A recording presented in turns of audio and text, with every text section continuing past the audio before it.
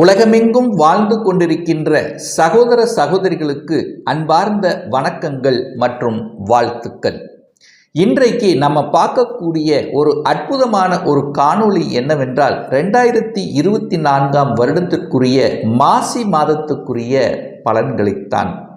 முதலில் மாசி மாதத்தினுடைய கிரக அமைப்புகளை பார்க்கும் பொழுது இந்த காலச்சக்கரத்தினுடைய முதல் வீடான மேசமனையில குரு பகவானும், புதனுடைய வீடாகிய கன்னியில கேது பகவானும், மகர மனையில 3 கிரகங்கள் இணைவு, அதாவது செவ்வாய் பகவான், சுக்கிரன், புதன் பகவான், கும்பமனையில் சூரியனும் சனி பகவானும் இணைவு பெற்றும், மீனமனையில் ராகு பகவானும் இந்த மாசி மாதத்தினுடைய முதல் நாளிலே சந்திரன், மனோகாரகனான் சந்திரன் மீனமனையில் அமர்ந்திருக்க போகிறாங்க. இந்த மாதத்தில் 2 கிரகங்களினுடைய பெயர்ச்சி நடைபெற இருக்கிறது. அதன்படி பார்க்கும் பொழுது இந்த மாசி மாதம் 8ஆம் தேதி, அதாவது பிப்ரவரி மாதம் 20ஆம் தேதி அன்று புதன் பகவான் மகர மனையில் இருந்து கும்ப மனைக்கு பெயர்ச்சியாகிறார். அதே போல அதே இந்த மாதத்தில், அதாவது மாசி 24ஆம் தேதி அன்று, அதாவது மார்ச் மாதம் 7ஆம் தேதி அன்று புதன் பகவான் கும்ப மனையிலிருந்து மீன மனைக்கு பெயர்ச்சியாகிறார். சரி, அதே போல சுக்கிரனுடைய பெயர்ச்சியும் இந்த மாதம் நடைபெற இருக்கிறது. அப்போ பார்க்கும் பொழுது இந்த மாசி மாதம் 24ஆம் தேதி, அதாவது மார்ச் மாதம் 7ஆம் தேதி என்று சுக்கிர பகவான் கும்பமனைக்கு பெயர்ச்சியாகிறார். ஸோ இந்த கிரக அமைப்புகளை வைத்துக்கொண்டு என்ன மாதிரியான பலன்கள், சாதகம் என்ன, பாதகம் என்ன, எதை செய்யலாம், எதை செய்யக்கூடாது, இந்த மாதத்தில் எந்த வழிபாடு நமக்கு உகந்தது என்பதை பற்றித்தான் டீட்டெயிலாக பார்க்க இருக்கிறோம். அதற்கு முன்னால் நம்முடைய சேனலை ஃபர்ஸ்ட் டைம் நீங்கள் பார்ப்பவர்கள் என்றால் மறக்காம சப்ஸ்கிரைப் பண்ணிக்கிங்க. விருச்சிக ராசி அன்பர்களே, இந்த 2024 வருடம் மாசி மாதம் எப்படி இருக்கும் பார்க்கும் பொழுது வேலை சார்ந்த விஷயம், தொழில், வியாபாரம் சம்பந்தப்பட்ட விஷயங்கள் எப்படி இருக்கும், தனம், குடும்பம் சார்ந்த விஷயங்கள் எப்படி இருக்கும், அசையும் அசையா சொத்துக்கள் வாங்குவேனா இந்த மாதத்தில், குழந்தைகளினுடைய நலன்கள் எப்படி இருக்கும், அதே சமயத்தில் வெளிநாட்டு யோகம் இருக்கா. ஸோ இந்த மாதிரியான விஷயங்களை செக்மெண்ட்டாக நம்ம பார்க்கலாம். ஸோ முதலில் பார்த்திங்கன்னா வேலை, தொழில், வியாபாரம் எப்படி இருக்கும் அப்படின்னு பார்க்கும் பொழுது 10ஆம் இடத்தை பார்க்கணும். அந்த 10ஆம் அதிபதியாக இருக்கக்கூடிய உங்களுக்கு, அதாவது சூரியன், அந்த சூரியன் 4வது வீட்டில் சுகஸ்தானத்தில் அமர்ந்து கொண்டு 10ஆம் இடத்தையே பார்க்கிறார். அப்போ 10ஆம் இடத்தை வலுப்படுத்துகிறார். அப்போ இந்த விருச்சிக ராசி என்பர்கள் யாருக்கெல்லாம் இப்போ வேலை இல்லாமல் இருக்கிறீர்களோ, அல்லது வேலையை தேடிக்கொண்டிருக்கிறீர்களோ, அப்ளை பண்ணி காத்து கொண்டிருக்கிறீர்களோ, அவர்களுக்கு ஒரு நல்ல செய்தி உங்களுக்கு இந்த மாதம் கிடைக்கப்பெறும். அதாவது ஒரு நல்ல வேலை, படித்த படிப்புக்குண்டான உங்கள் வயதுக்கேற்ற வேலை கிடைக்கக்கூடிய அமைப்பு பிரகாசமாக இருக்கிறது அப்படின்னு சொல்லலாம். அதே சமயத்தில் சனி பகவானும் அந்த 10ஆம் இடத்தை பார்க்குறார். அப்போ நீங்கள் வேலையில் இருக்கிறீங்க, அப்போ உங்களுக்கு ஏதாவது ஒரு ரூபத்தில் வேலையில் ஒரு குடைச்சலும் உங்களுக்கு கொடுத்து கொண்டிருக்கும். ஒரு மாறணும் அப்படின்னு நினச்சிங்கன்னா 100% இன்னொரு வேலையை அமைச்சுக்கிட்டு தான் மாறணுங்கிறத ஆழமாக மனதில் பதிய வைத்துக் கொள்ளுங்கள். நண்பர் சொல்கிறார், நான் வேலை வாங்கி தரேன், நீங்கள் விட்டுட்டு வாங்க அப்படின்னு இந்த மாதிரியான உறுதிமொழி கொடுத்தாலும் அதை நீங்கள் ஏற்கக்கூடாது. 100% அப்பாயின்மெண்ட் ஆர்டர் வாங்கின பிறகுத்தான் நீங்கள் மாறணுங்கிறத ஆழமாக மனதில் பதிய வைத்துக் கொள்ளுங்கள். அரசு சார்ந்த துறையில் இருப்பவர்களுக்கு நல்லவைகள் நடக்கக்கூடிய ஒரு நல்ல மாதம். ஏன்னா சூரியன் தன்னுடைய வீட்டை, 10ஆம் வீட்டை, சூரிய சிம்ம மனையை பார்க்கக்கூடிய செயல் இந்த விருச்சிக ராசி என்பர்கள் அரசு சார்ந்த விஷயத்தில் இருப்பவர்களுக்கு அனுகூல வாய்ப்புகளை தரும். உங்களுக்கு ஒரு நல்ல ஒரு இடமாற்றம் கிடைக்கும். ஒரு நல்ல ப்ரமோஷன் எதிர்பார்த்து காத்து கொண்டிருப்பவர்களுக்கு ப்ரமோஷன் கிடைக்கக்கூடிய அமைப்பு. அரசாங்க வேலைக்குத்தான் நான் போவேன், நான் அந்த எக்ஸாம் எழுதிட்டு இருக்கேன் அப்படிங்கிற உறுதியான மன எண்ணத்தில் இருக்கக்கூடிய விருச்சிக ராசி என்பர்களுக்கு நீங்கள் நினைத்தவாறு உங்களுடைய செயல்கள் ஈடேறக்கூடிய வகையில் தான் இருக்கிறது அப்படின்னு அப்படிங்கிறத ஸ்ட்ராங்காக நம்ம சொல்லலாம். சரி, தனம் சார்ந்த விஷயங்கள், குடும்பம் சார்ந்த விஷயங்கள் எப்படி இருக்கும்னு பார்க்கும் பொழுது, தனஸ்தானத்தின் அதிபதியாக இருக்கக்கூடியவர் இந்த விருச்சிக ராசி என்பவர்களுக்கு குரு பகவான். அந்த குரு பகவான் 6ஆம் இடத்தில் அமர்ந்து கொண்டு தனது 9ஆம் பார்வையாக அந்த தனஸ்தானத்தை பார்க்கக்கூடிய செயல் பார்த்தீங்கன்னா நிச்சயமாக உங்கள் தனத்தை பெருக்கி கொடுக்கக்கூடிய தன்மை. அப்போ தனத்துக்கு எந்த பிரச்சனையும் உங்களுக்கு இல்லை அப்படிங்கிறது தான் இந்த மாதம் உங்களுக்கு காண்பிக்கிறது.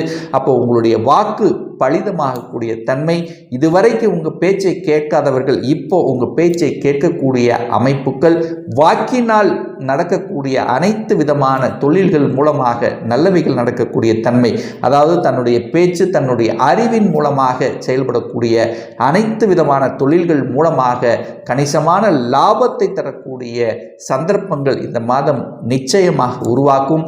உங்கள் ராசி அதிபதி என்று சொல்லக்கூடிய செவ்வாய் பகவான் இந்த மாதத்தில் உச்ச பலத்தோடு இருக்க போகிறார். அது முயற்சி ஸ்தானத்தில் 3ஆம் இடத்தில் செவ்வாய் பகவான் உச்ச பலத்தோட வலிமையா இருக்கார். அப்ப ராசிநாதன் வலு பெற்றாலே நம்ம எதையும் செய்யலாம், எதையும் பண்ணலாம் அப்படிங்கிற அந்த உத்வேகம் உங்களுக்கு இருக்கும்.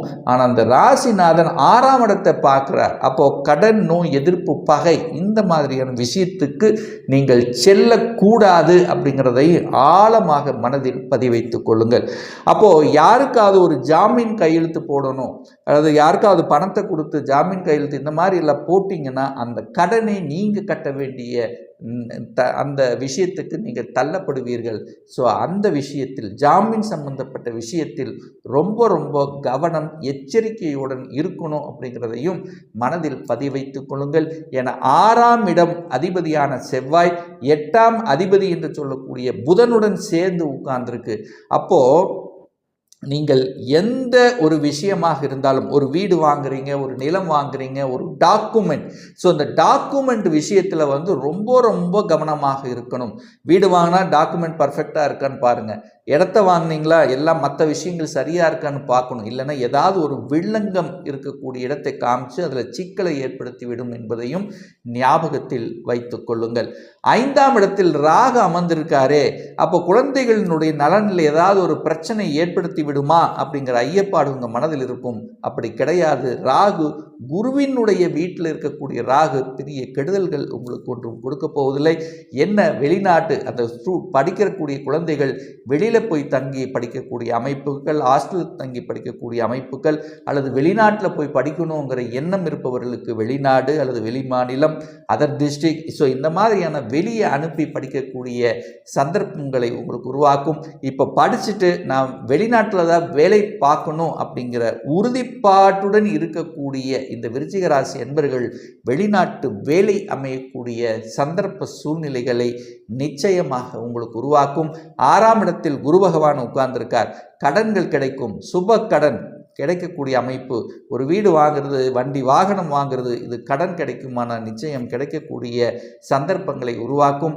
அந்த குரு பகவான் 6ஆம் இடத்தில் அமர்ந்து கொண்டு 12ஆம் இடத்தை பார்க்கிறார். அந்த 12ஆம் இடம் சுபத்துவம் பெறுவதனால டிராவல் மூலமாக உங்களுக்கு நல்லவைகள் நடக்கக்கூடிய, அதாவது வெளிநாட்டுக்கு செல்லக்கூடிய வாய்ப்புகள், அல்லது 12ஆம் இடம் சுபத்துவமாக இருக்கிறதுனால வெளிநாட்டில் இருக்கக்கூடியவர்களுக்கு அங்கேயே குடியுரிமை கிடைக்கக்கூடிய தன்மை, பிஆர், அங்கேயே செட்டில் ஆகணும் அப்படிங்கிற அந்த உறுதிப்பாட்டுடன் இருக்கக்கூடியவர்கள் அங்கேயே செட்டில் ஆகக்கூடிய வாய்ப்புகள், அங்கே ஒரு நல்ல வேலை கிடைக்காதவர்கள் இப்போ நல்ல வேலை கிடைக்கக்கூடிய வாய்ப்புகள், சந்தர்ப்பங்கள் பிரகாசமாக இருக்கிறது. என குரு 10ஆம் இடத்தை பார்க்கறதுனால நீங்கள் செய்யக்கூடிய வேலையில் ஒரு மாற்றம் என்பது கிடைக்கும். அந்த மாற்றங்கள் எந்த மாற்றமாக இருந்தாலும் அந்த மாற்றத்தை ஏற்றுக்கொள்வது புத்திசாலித்தனம் அப்படிங்கிறதையும் நீங்கள் ஞாபகத்தில் வைத்துக் கொள்ளுங்கள். அதே சமயத்தில் இந்த கடன் சார்ந்த விஷயங்கள், எதிர்ப்பு, பகை, வம்பு, வழக்கு, ஸோ இந்த மாதிரியான விஷயத்துக்கு இந்த மாதம் நீங்கள் நிச்சயமாக போகக்கூடாது அப்படிங்கிறத ஞாபகத்தில் வச்சுக்கோங்க. 9ஆம் அதிபதியாக இருக்கக்கூடிய சந்திரன் இந்த மாத தொடக்கத்திலேயே 5ஆம் இடமான பூர்வ புண்ணிய ஸ்தானத்தில் இருப்பது உங்களுக்கு அனைத்து விதத்திலும் நன்மை.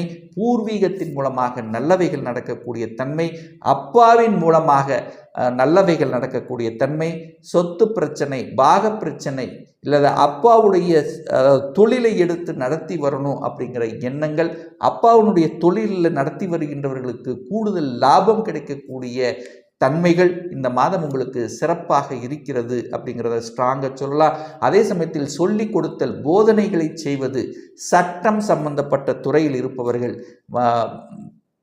அதுவும் குறிப்பாக வங்கியில் பணியாற்றி கொண்டிருப்பவர்களுக்கெல்லாம் நல்லவைகள், நல்ல செய்திகள், குட் நியூஸ் வரக்கூடிய ஒரு நல்ல காலமாக அமைகிறது. கேது 11ஆம் இடத்தில் இருப்பது, அதாவது இந்த பாவ கிரகங்கள், சர்ப்ப கிரகம் என்று சொல்லக்கூடிய அந்த கேது 11ஆம் இடத்தில் இருப்பது நல்லது. அது கன்னி மனையில் புதன் வீட்டில் இருக்கக்கூடிய கேது உங்களுக்கு அளவு கடந்த ஞானத்தை தரும். அதாவது உள்ளுணர்வு சக்தி என்பது அதிகமாக இருக்கும். உங்களுக்குள்ளேயே தோணும், இது நல்லது, இது கெட்டது, இதை செய்தால் நல்லது அப்படிங்கிற அந்த உள்ளுணர்வு உங்களுக்கு இந்த மாதம் மிகுதியாக இருக்கும். அந்த உள்ளுணர்வோடு நீங்கள் செயல்படும் போது உங்களுக்கு எந்த ஒரு நெகட்டிவும் உங்களுக்கு நடக்கப் போவது இல்லைங்கிறத நம்ம உறுதியாக சொல்லலாம்.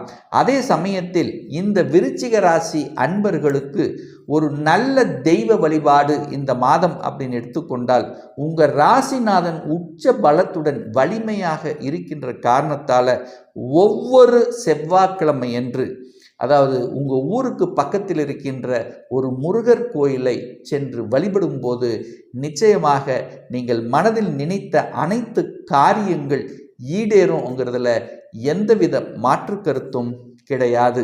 இப்போ நான் சொன்னது எல்லாமே கோச்சார ரீதியான இந்த மாசி மாதத்துக்குரிய ஒரு பொதுவான பலன்கள் தான்.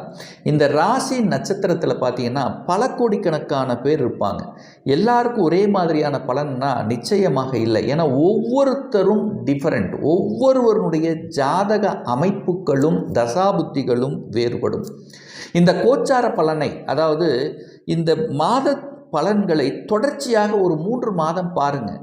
ஒரு சரியாக செட் ஆகலை, அதுக்கு எதிர்மறையாக உங்களுக்கு பலன் நடக்குது அப்படின்னா உங்களுக்கு தசாபுத்தி, அதாவது 6ஆம் அதிபதி, 8ஆம் அதிபதி, 12ஆம் அதிபதிகளினுடைய தசாபுத்திகள் உங்களுக்கு நடந்துட்டு இருக்கும் அப்படிங்கிறதை ஞாபகத்தில் வைத்து கொள்ளுங்கள்.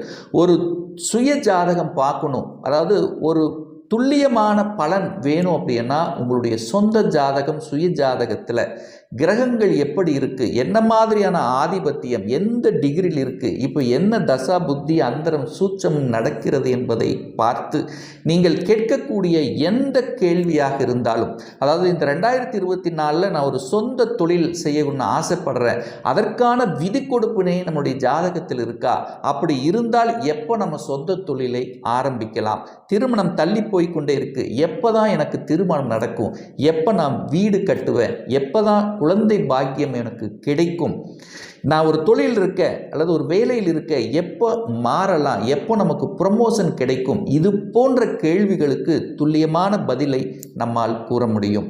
ஒரு பர்சனல் கன்சல்டேஷன் எடுத்துக்கணும், ஒரு சுயஜாதகம் பார்க்கணும் என்று விருப்பமுடைய அன்பர்கள் டிஸ்பிளே தெரியக்கூடிய நம்பருக்கு வாட்ஸ்அப் மூலியமாகவோ ஃபோன் கால் மூலியமாகவோ தொடர்பு கொண்டு அப்பாயின்மெண்ட் பெற்றுக்கொண்டு கன்சல்டேஷன் எடுத்துக்கலாம். இந்த பதிவு நிச்சயமாக உங்களுக்கு ஏதாவது ஒரு ரூபத்தில் யூஸ்ஃபுல்லாக இருக்கும் அப்படின்னு நினைக்கிறேன். நம்ம சேனலை ஃபஸ்ட்டு டைம் நீங்கள் பார்க்குறீங்கன்னா மறக்காமல் சப்ஸ்கிரைப் பண்ணிக்கிங்க. பக்கத்தில் இருக்கின்ற பெல் பட்டன் மற்றும் ஆல் நோட்டிஃபிகேஷனை கிளிக் பண்ணும்போது நான் போடக்கூடிய அடுத்தடுத்த பதிவுகள் உங்களுடைய நோட்டிஃபிகேஷனில் வந்து சேரும்.